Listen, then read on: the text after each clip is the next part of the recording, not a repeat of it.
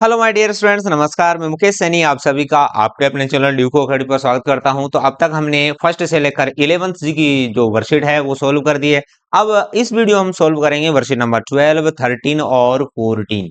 Okay, यदि channel पे नए हो तो चैनल को सब्सक्राइब कीजिए, वीडियो को लाइक कीजिए एवं अपने दोस्तों के साथ में शेयर कर सकते हैं ताकि वो भी अपनी वर्कबुक है वो सॉल्व कर सके। ओके भाई, हम आपसे कुछ नहीं कहते हैं, सिर्फ आप अपने फ्रेंड्स के साथ शेयर करिए ताकि आपकी आपके फ्रेंड्स की है वो भी हेल्प हो जाए। ओके, स्टार्ट करते हैं हमारा ये वीडियो।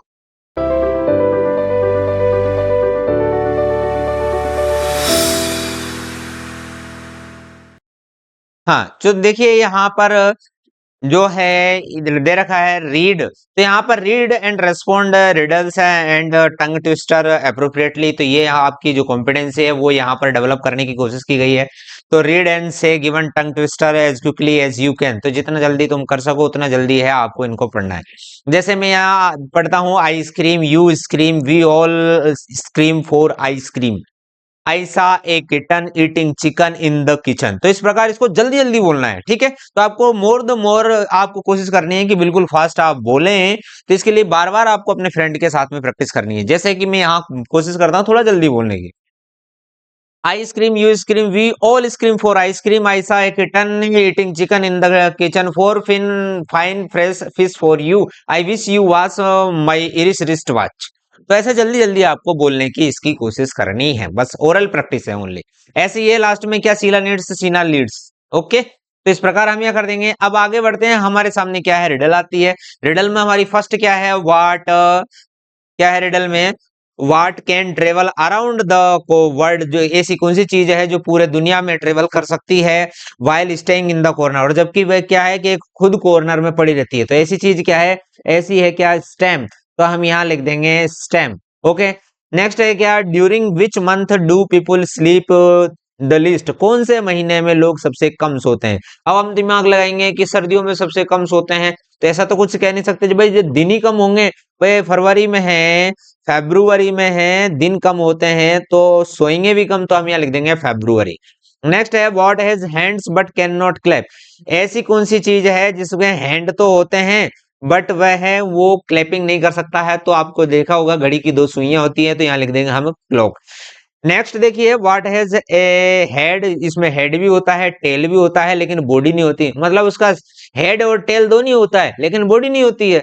तो वो क्या है, कॉइन, यहाँ हम लिख देंगे कॉइन। कॉइन में हेड टेल दोनों होता है लेकिन उसमें बॉडी नहीं होती है। नेक्स्ट देखिए, which word in the dictionary, ऐसा कौन सा डिक्शनरी का वर्ड है जिसकी स्पेलिंग है इनकरेक्टली स्पेल की जाती है।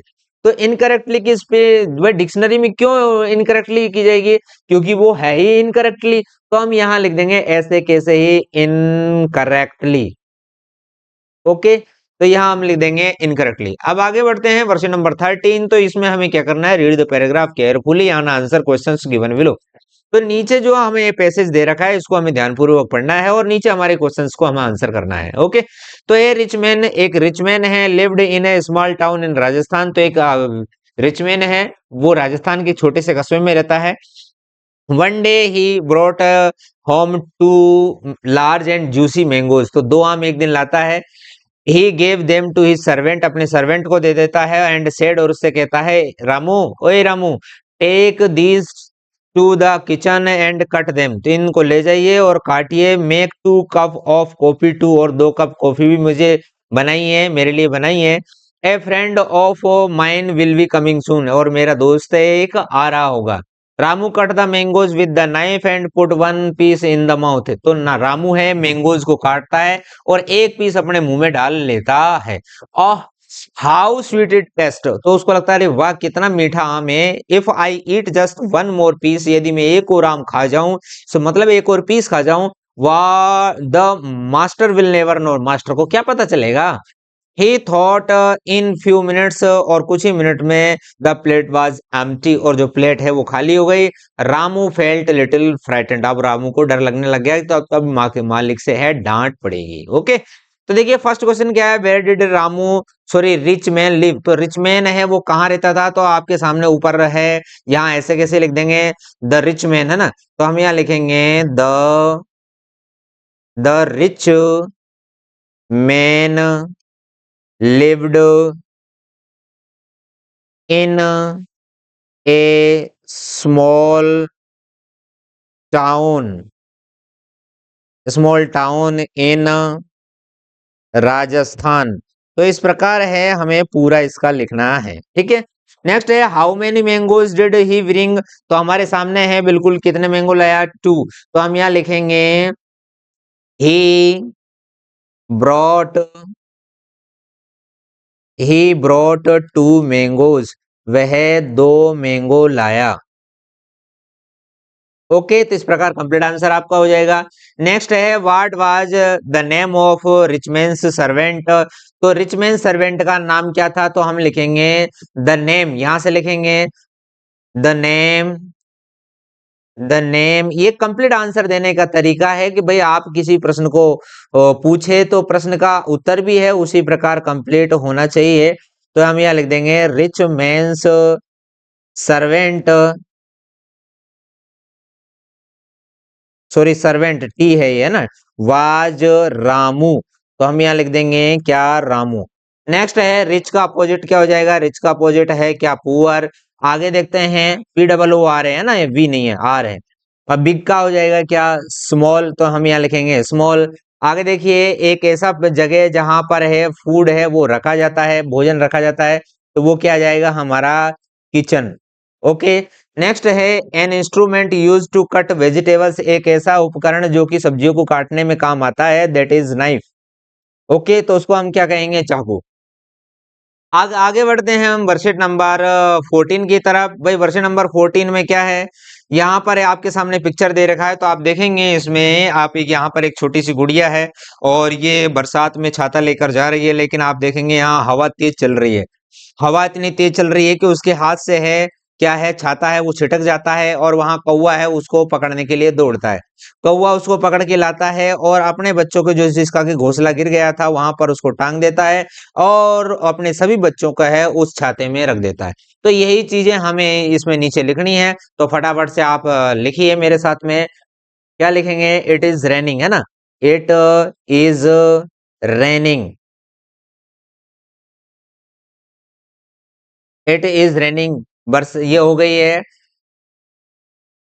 है ना। आगे लिखेंगे the umbrella, the umbrella slipped,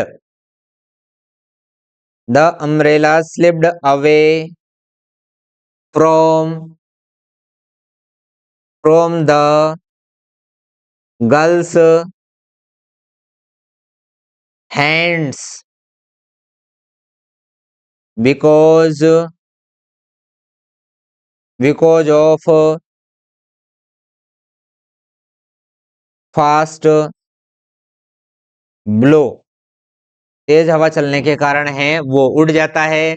A crow, A crow केच, केच की जगह हम यहाँ, केच की जगह हम लिख देंगे क्या, होल्ड। एक, एक crow brings it with holding, अर्थात उसको पकड़ते हुए लाता है। एंड यूजेज इस, यूजेज एज ए नेस्ट, और उसे नेस्ट की तरह यूज करता है। इट मतलब crow, keeps it keeps on, keeps की जगह हम यहाँ लिख देंगे क्या, कीप की जगह आप लिख दीजिए क्या, हैंग, है ना।